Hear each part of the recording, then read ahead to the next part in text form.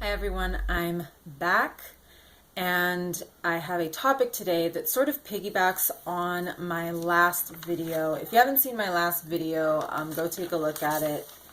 I think it was about faking chronic illness and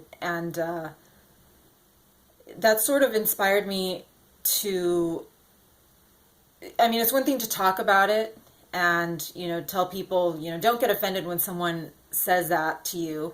But how do you deal with that? And that was sort of, I think, the missing piece in that video is that I didn't really give any tips or talk about how to deal with nasty behavior, because oftentimes, people that throw accusations, whatever kind of accusations they may be, it comes from a place of anger, it comes from a place of unhappiness.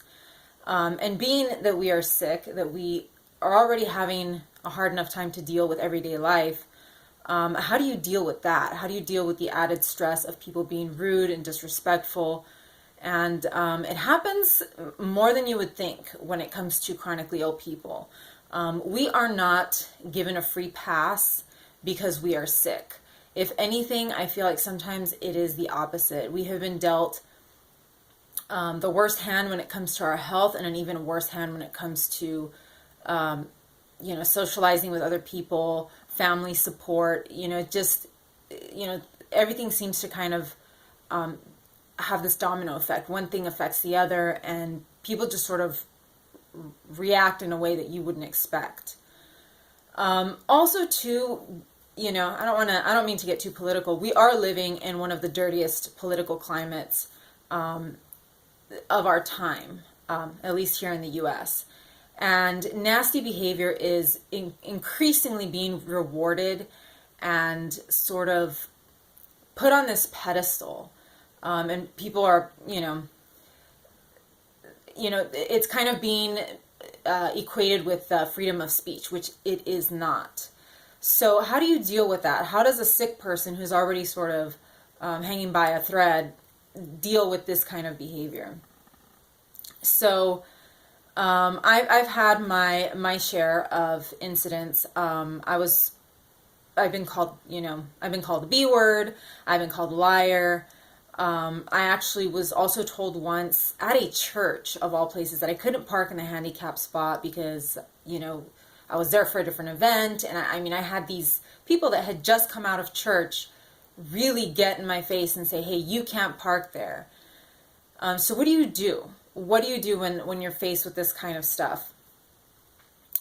The number one thing to do, and it is difficult in the heat of the moment, is to remind yourself that this is about them. It's not about you. People that are very mean and very nasty and disrespectful, especially when it is a bit extreme, when it's kind of shocking, like, why is this person even acting out like this? It is not about you. It is about them. They could have had a really bad day. Number one, that's typically the number one reason. Most of the time they had a really bad day. They're having issues with their spouse or their kids or their parents or whatever. So it's about them. And try to remind yourself it's not about you, because we always take it as, this is me. I did something wrong. I did something to provoke this person. Sometimes the person is mentally ill. I've had incidents where, somebody will just get mad for seemingly no reason. And a lot of times it can be undiagnosed mental health issues. Mental health is not really seen as a real type of condition here, in the US and in many other countries. So a lot of times these people can have undiagnosed mental health problems.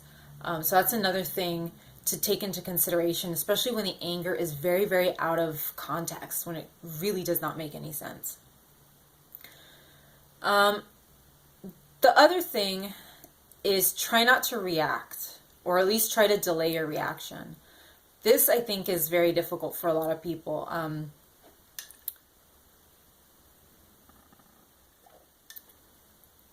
I classify people into two different camps: reactive people and non-reactive people. I'm a very non-reactive person. That's how I was raised. I was raised to just, I was raised that way, and I also sort of trained myself that way because of my marriage. I was married to someone who had a psychiatric condition, so I had to learn not to react to a lot of behaviors. So I would try to train yourself to not be so reactive and to just sort of take a deep breath. And maybe do that when you're not confronted with someone who's being rude and disrespectful. Do that in your daily life. Just give yourself a few minutes each day to just practice, taking a deep breath, pausing, listening. Sometimes we do have to listen, instead of just automatically jumping down somebody's throat. Ask yourself, is it worth it?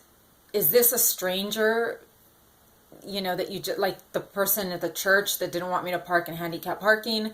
Or is this your family or friend where you really want to salvage the relationship? Is the relationship even worth saving? Because if it is, then yeah, maybe you can engage in a little bit of an argument and try to prove your point, and maybe they'll see your point. But if this is someone, like I said earlier, that maybe suffers from a mental health condition, the only way that they are going to get better is if they seek help themselves. You're not gonna get your point across ever. Allow them to have their anger. Allow them to own their anger. And this is one of the best things about being non-reactive, is that when you don't react, like in the cases where somebody has, called me a bad word, when you don't react, they're left with their anger. When you get angry, their anger transfers onto you. They feel relief and you become angry. And when you leave them with their anger, they're stuck with that stress. They're stuck with that pain, and they have to deal with it. And it sends a bigger message because it's unpleasant for them. And, you get to walk away and say, you know what, I just, maybe being rageful in that moment can relieve your stress in that moment. But you will carry that anger with you for a while. So let them have it and let them suffer with it and suffer with the consequences of their actions, because then when you don't react, you don't become the evil person. It doesn't justify the fact that they called you the B word because you didn't react in a manner that would qualify you as being the B word. Don't escalate the issue. If you react, you will escalate the problem. They may come back at you even harder. You'll go from the B word to the F word to, God forbid, physical violence. And you really want to avoid that, especially if you're sick. You're already in bad shape as it is. And again, you deny them the satisfaction. They get to keep their anger and hold on to their anger without the satisfaction that they made you angry.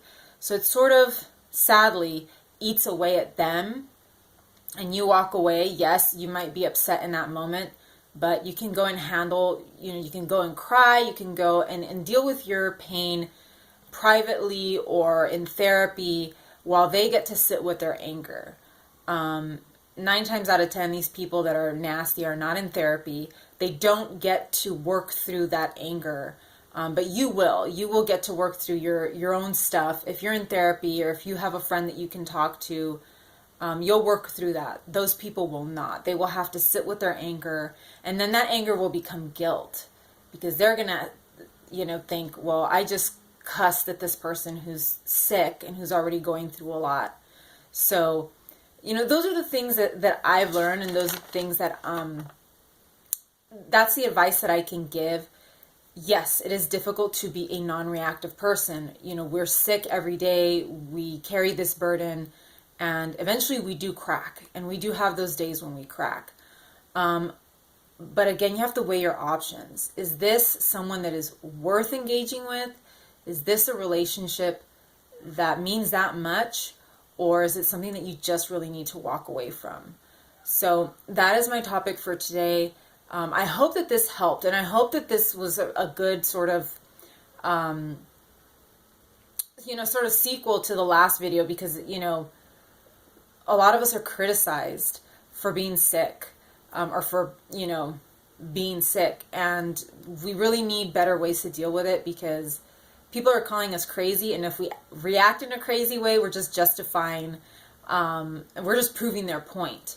And we don't want to do that. It doesn't benefit us as chronically ill people, and it doesn't benefit our community as a whole. So that's what I have for you guys today. I have more videos coming. I have lots of topics that I want to talk about. So I'm going to try to be as consistent as possible, or at least have a few videos coming out in the next months. So stay tuned, and I'll see you guys again soon. Take care, you guys.